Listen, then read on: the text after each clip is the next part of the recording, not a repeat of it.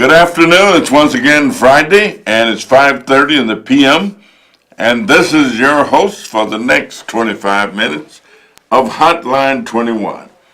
I really do hope that you are as excited as I am, that you are as delighted as I am, because this is coming up where if democracy means anything to you, you can help make it work.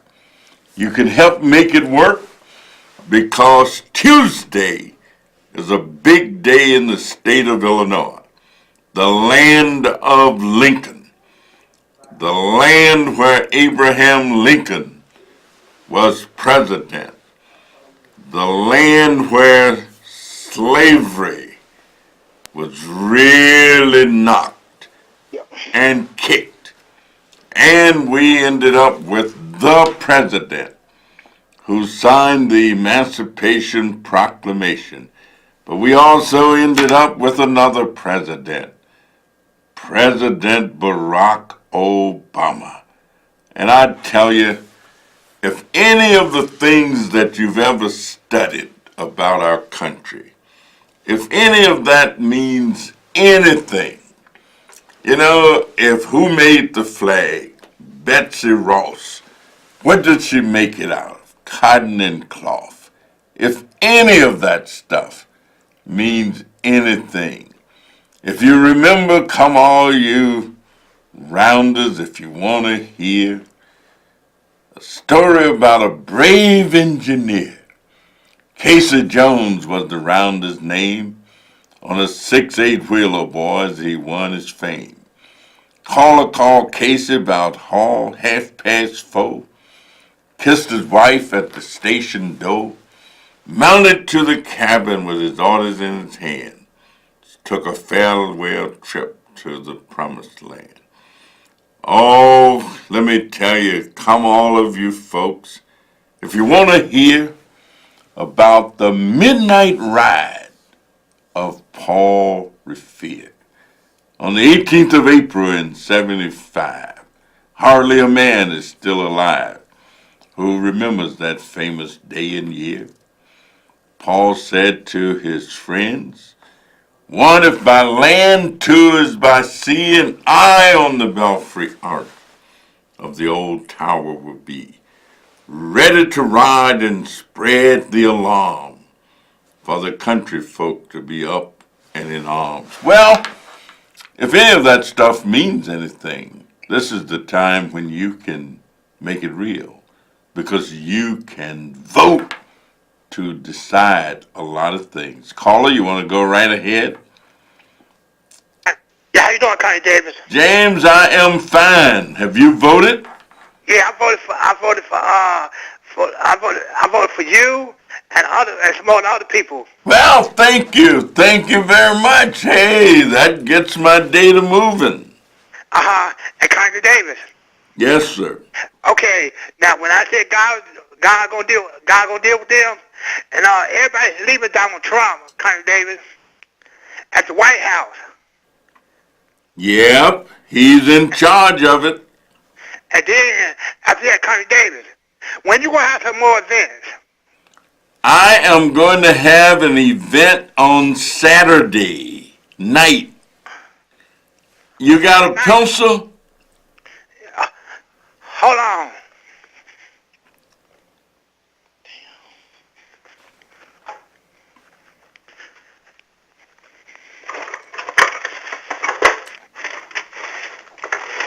Yeah, hello? Yep. If you got a pencil, take my number down.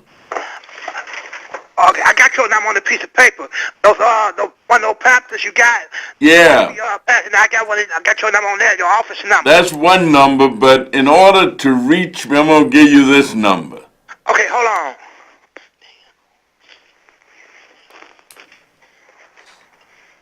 What is it? 773. Okay, 73. 3 726. 7 2 6 45 4 511. 11. All right, call me on that number a little later on, about after I go off the show, and I will David. tell you where we can connect. God works in mysterious ways. All right? Okay, God, David. Okay. Thank you very much. Oh, our callers are just unbelievable. You can always give us a call and just call in and tell us what's on your mind. Talk about what's going on. If you don't vote, I believe, honestly, I do, that it means one of two things. It either means that you don't understand or you don't care. If you understand, you will vote. And if you don't understand, then of course you may not. And if you don't care and you just take things for granted and say, well, whatever's going to be is going to be and it don't mean nothing, then you won't vote either. Let's go to the phone. Caller, are you there?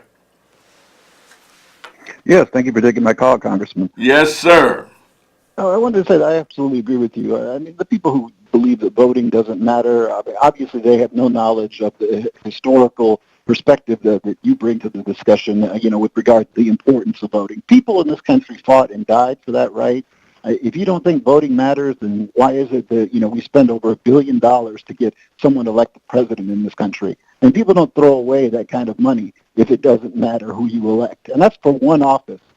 And when you add up what we spend at the local, at the state, at the federal level, it comes out to over $50 billion over a 4-year period. So this country does care about who gets elected. Now, individual people sometimes don't care, and that's to their own detriment. And the fact that we have someone like Donald Trump sitting in the White House proves what happens when just a few people less don't vote. 77,000 people were the difference between Donald Trump and Hillary Clinton being president in this country. 77,000 people distributed between 3 states. And again, so many of us thought that, I can just sit at home because she was going to win. This country would never elect a Donald Trump. And this is exactly what you get when you get apathy, when you get people who take for granted certain outcomes. But let me ask you this. Do you believe that voting can help people get rid of gangs on their block? Oh, absolutely. As the old adage goes, all politics is local. And though it's important to vote for people who are going to represent you on national issues, the person who's most likely to help you with regard to the gang problem is your alderman, is your council person, is the person who's sitting in the Cook County Board representing you. It's not somebody in Washington. If you have a gang problem on your block, you're not going to call your senator. You're going to call your local representative, the person, the committeeman, the person who. So,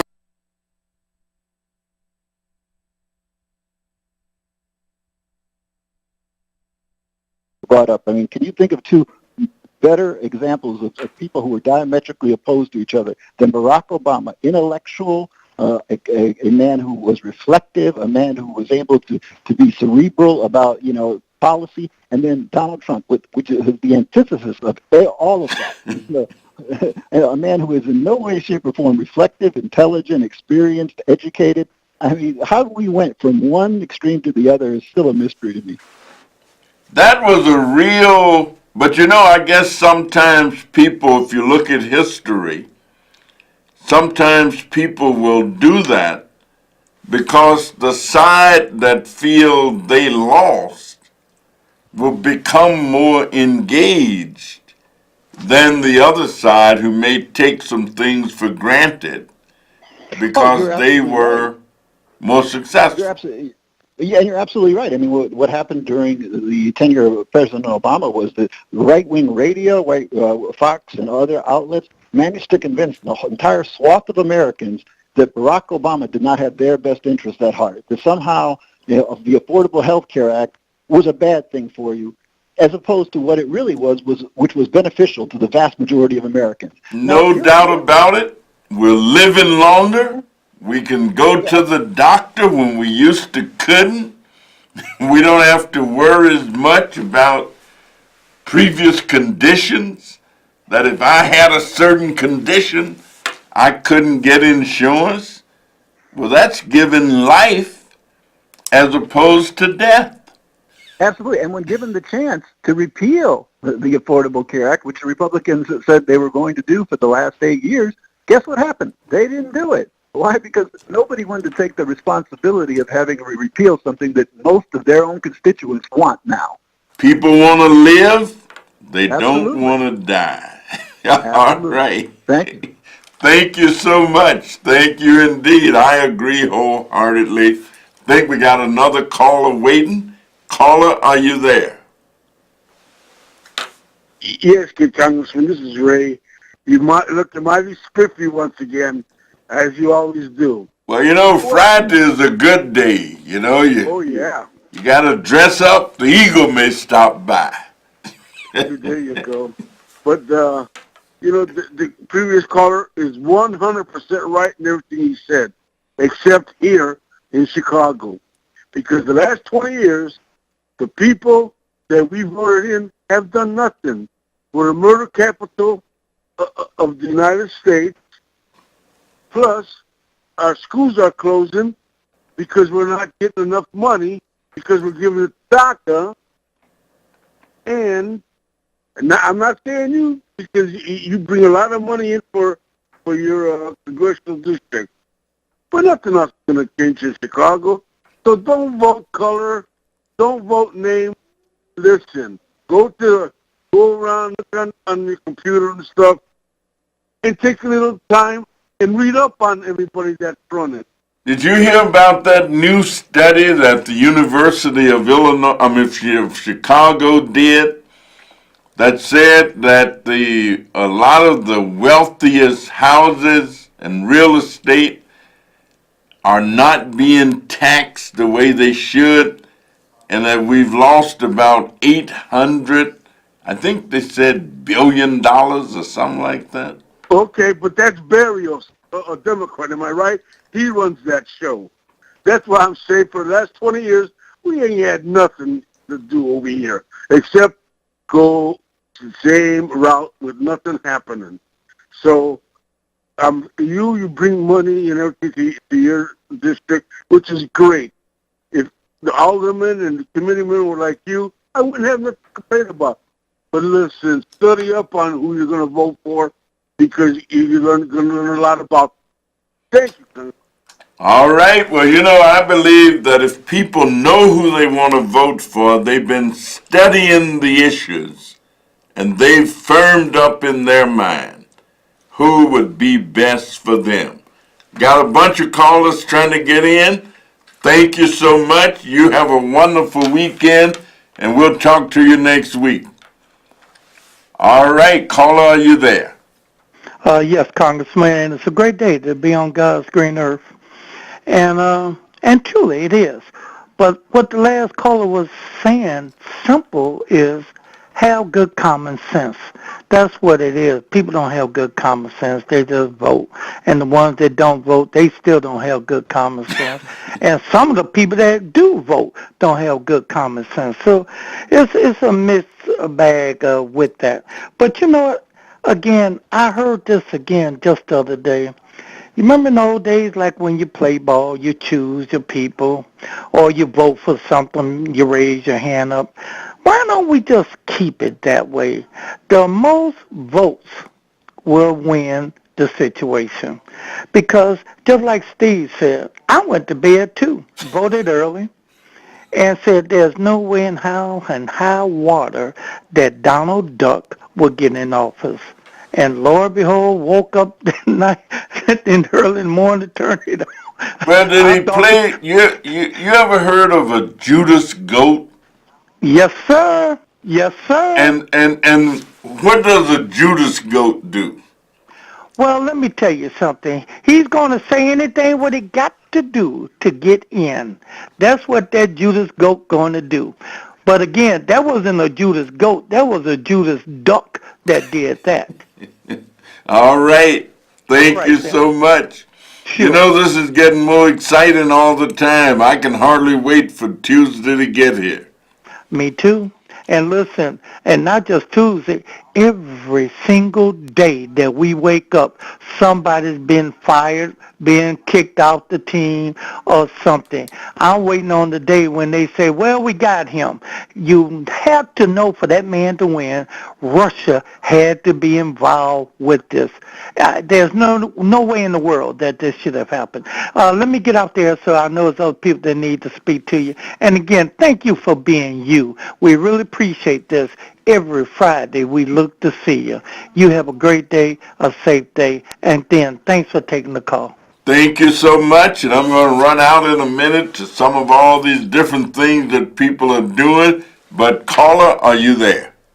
Yes, I am. And I just want to salute you and continue to salute you for all the callers, whether or not we agree or not agree. But the key thing is, in this day and age, it's all about our now generation, not what I did, you did, we did. It's about this new day. These kids are very educational.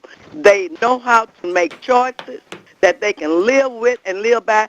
Back again, Ben Willis messed up for us in the public school system. These kids are not involved with that. So if you don't have the A's and B's and Z's to it, don't talk about things that you can't show approval. What do you think about the kids who took off from school the other day for 17 minutes? I applaud them because this is what we were hoping that these kids was doing. Some of these people don't understand about what we did with civil rights, civil service and things. So now it's dealing with what happened in the 50s and the 60s, and this is excellent for these young people.